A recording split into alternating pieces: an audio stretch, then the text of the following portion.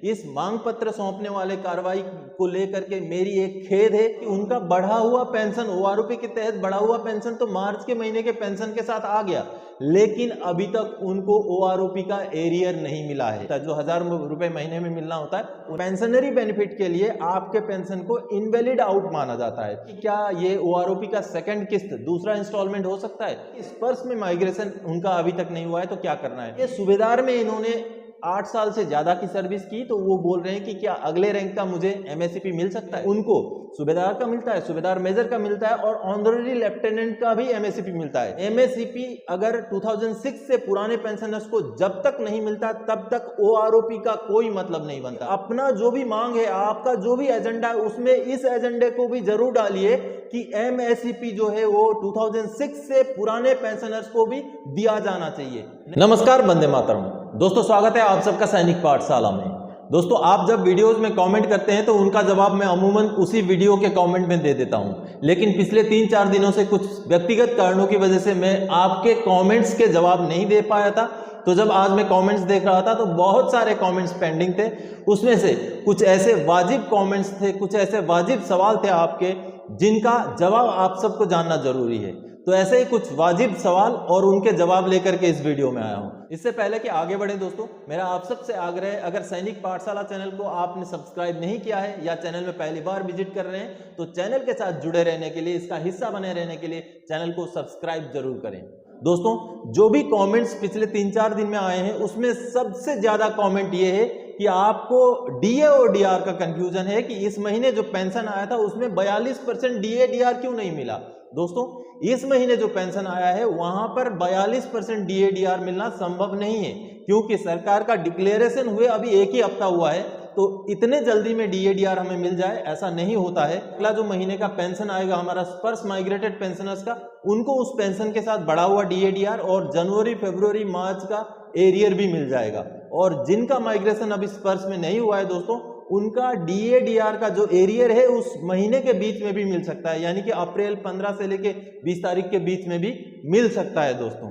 तो चलिए, ये तो था कॉमन सा एक सवाल जो लगभग लोगों ने जानकारी हासिल करने की कोशिश की कि हमें डीए डीआर 42% क्यों नहीं मिला। तो चलिए दोस्तों, बाकी जो आपके सवाल हैं उनकी ओर आगे बढ़ते हैं। जैसे ये पहला सवाल आप देख पा रहे हैं दोस्तों, जो कि राजू पुरी जी का है। वो पूछते हैं, सर मेरी मम्मी को पहले पेंशन 13,700 आती थी, अभी 15,574 मिल रही है, लेकिन ओआरओपी का पैसा नहीं मिला अभी तक। मार्च की पेंशन आ गई है 15,574 रुपए। दोस्तों, आप सबको बता दूं, कई सारे पेंशनर्स के साथ ये हुआ कि उनका बढ़ा हुआ पेंशन ओआरओपी के तहत बढ़ा हुआ पेंशन तो मार्च के महीने के पेंशन के साथ आ गया, लेकिन अभी तक उनको ओआरओपी का एरियर नहीं मिला है। तो आप सबको बता दूं दोस्तों कि ओआरओपी का जो एरियर है वो पेंशन के साथ नहीं आएगा, वो अलग से आएगा। मान लीजिए जो भी फैमिली पेंशनर हैं उनको तो 30 अप्रैल तक का समय दे रखा है माननीय कोर्ट ने। तो जितने फैमिली पेंशनर हैं उनका अगर बढ़ा हुआ पेंशन इस महीने आ गया, इस पेंशन में आ गया, तो अगला आने वाले कुछ दिनों में उनको अपना ओआरओपी का एरियर भी मिल जाएगा। और जो फैमिली पेंशनर नहीं है, सर्विस पेंशनर हैं, उनको पहला मुश्त अगर नहीं मिला है, तो अगर उनको बढ़ा हुआ पेंशन इस महीने में मिल गया तो उनका भी एरियर जो पहला मुश्त अगले कुछ दिनों में मिल जाएगा दोस्तों। अगला जो सवाल है वो इंद्रजीत मीना जी का है। सर जी, मेरी बड़ी मम्मी को फैमिली पेंशन मिलती है, लेकिन अब तक मेडिकल अलाउंस नहीं मिल रहा है। क्या फैमिली पेंशनर को मेडिकल अलाउंस का लाभ नहीं मिलता है? क्या अगर मिलता है तो अब हम क्या करें? उचित जानकारी देवें सर जी। दोस्तों, आप सबको बता दूं, अगर आप ईसीएचएस के लाभार्थी हैं तो आपको फिक्स मेडिकल अलाउंस है वो नहीं मिलता, जो 1000 रुपए महीने में मिलना होता है वो नहीं मिलता है। लेकिन अगर आप ईसीएचएस भी नहीं ले रहे हैं और आप फिक्स मेडिकल अलाउंस भी नहीं ले रहे हैं, तो दोनों में से एक को आप अप्लाई कर लीजिए, ताकि दोनों में से किसी एक की फैसिलिटी आप ले सकें। तीसरा कमेंट आप देख पा रहे हैं, गुरमीत सिंह जी का है। सर मेरी सर्विस 16 ईयर्स और बैटल कैजुअलिटी हूँ। सर मैं अगर कैटेगरी बोर्ड की अनविलिंग करता हूँ तो क्या मुझे ओआरओपी का बेनिफिट मिलेगा कि नहीं? Sir please reply.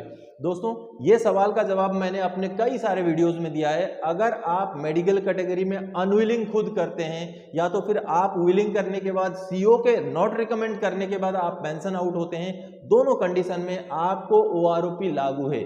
आप प्रीमेच्योर रिटायरी नहीं कहलाएंगे। आप ऐसे कंडीशन में जब पेंशन आउट होते हैं, यानी कि सेल्टर्ड अपॉइंटमेंट विड्रॉ होने के बाद जब आप पेंशन आउट होते हैं, तो पेंशनरी बेनिफिट के लिए आपके पेंशन को इनवैलिड आउट माना जाता है। है। तो ऐसे कंडीशन में चाहे आप बैटल कैजुअलिटी हैं चाहे नहीं भी हैं, आपने खुद अनविलिंग करके पेंशन आए हैं, डिस्चार्ज आए हैं, तो आपको OROP लागू है।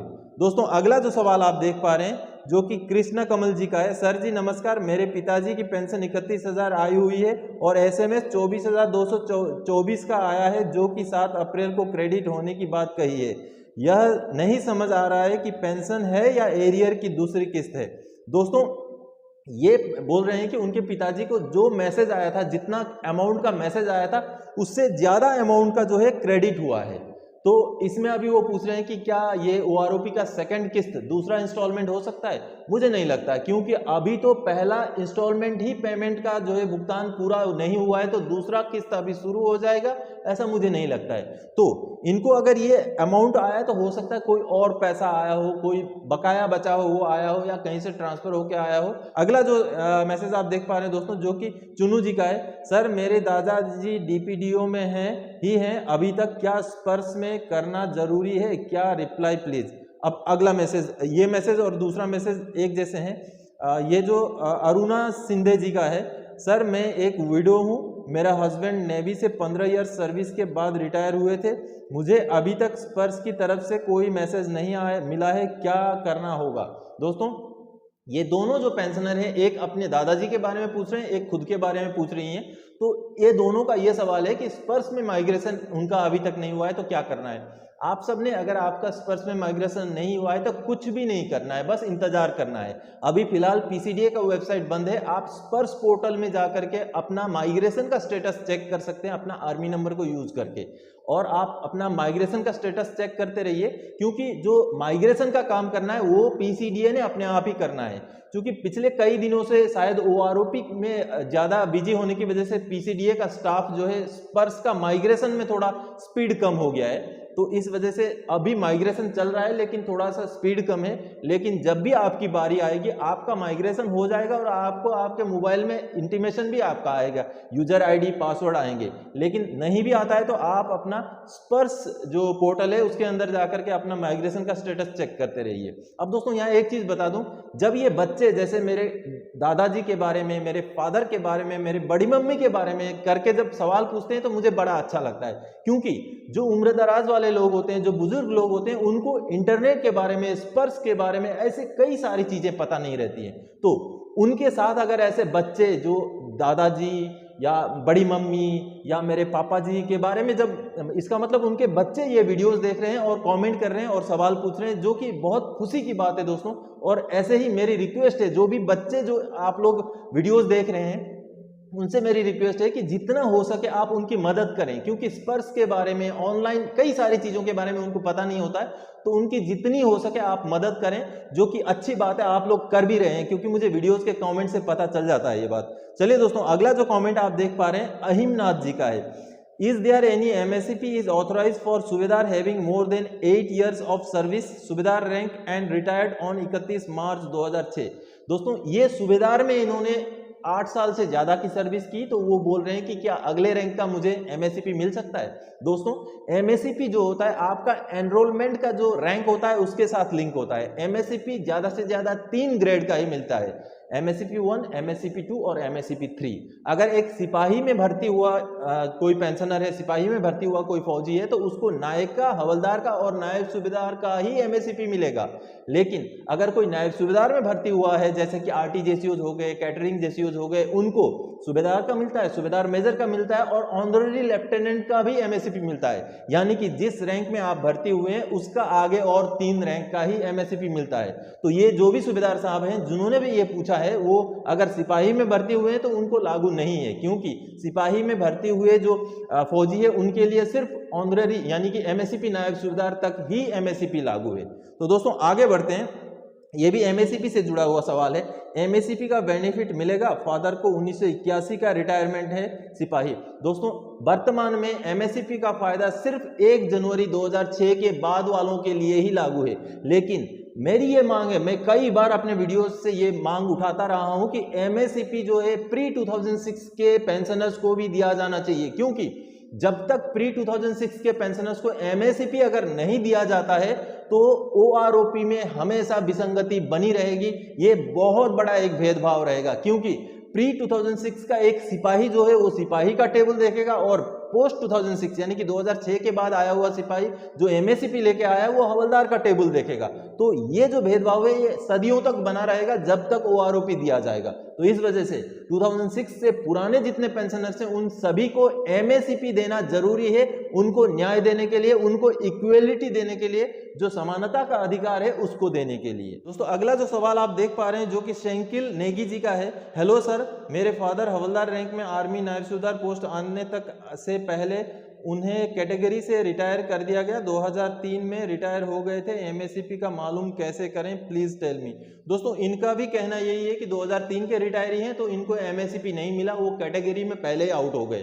तो कैसे पता चले कि एमएससीपी मिलेगा नहीं मिलेगा? हालांकि आपको बता दूं 2006 से पहले वालों को तो एमएससीपी मिला ही नहीं है, लेकिन अगर उसके बाद में रिटायर हुए हैं और आपको पता नहीं चला कि एमएससीपी का कैसे पता चले, तो आपका पीपीओ में लिखा रहता है एमएससीपी 1, एमएससीपी 2nd 3rd ये चीज लिखा रहता है, तो वहां से आप पता कर सकते हैं। अब दोस्तों कल जो पूरे देश में मांग पत्र सौंपा गया है, उस मांग पत्र सौंपने वाला जो कार्रवाई है, जो कार्यक्रम चला, वो तो सफल रहा क्योंकि पूरे देश भर में लोगों ने, पेंशनर्स ने जाकर के अपने अपने जिला मुख्यालय में मांग पत्र सौंपा गया। लेकिन इस मांग पत्र सौंपने वाले कार्रवाई को लेकर के मेरी एक खेद है, मैं अपना दुख प्रकट करता हूं क्योंकि मैंने कई बार ये चीज अपील किया था कि जो एमएससीपी का मुद्दा है, प्री 2006 रिटायरीज को भी एमएससीपी मिलना चाहिए, ये मुद्दा उस मांग पत्र में नहीं डाला गया कहीं से भी। इस मुद्दे को डाला जाना बहुत जरूरी था क्योंकि एमएससीपी अगर 2006 से पुराने पेंशनर्स को जब तक नहीं मिलता तब तक ओआरओपी का कोई मतलब नहीं बनता।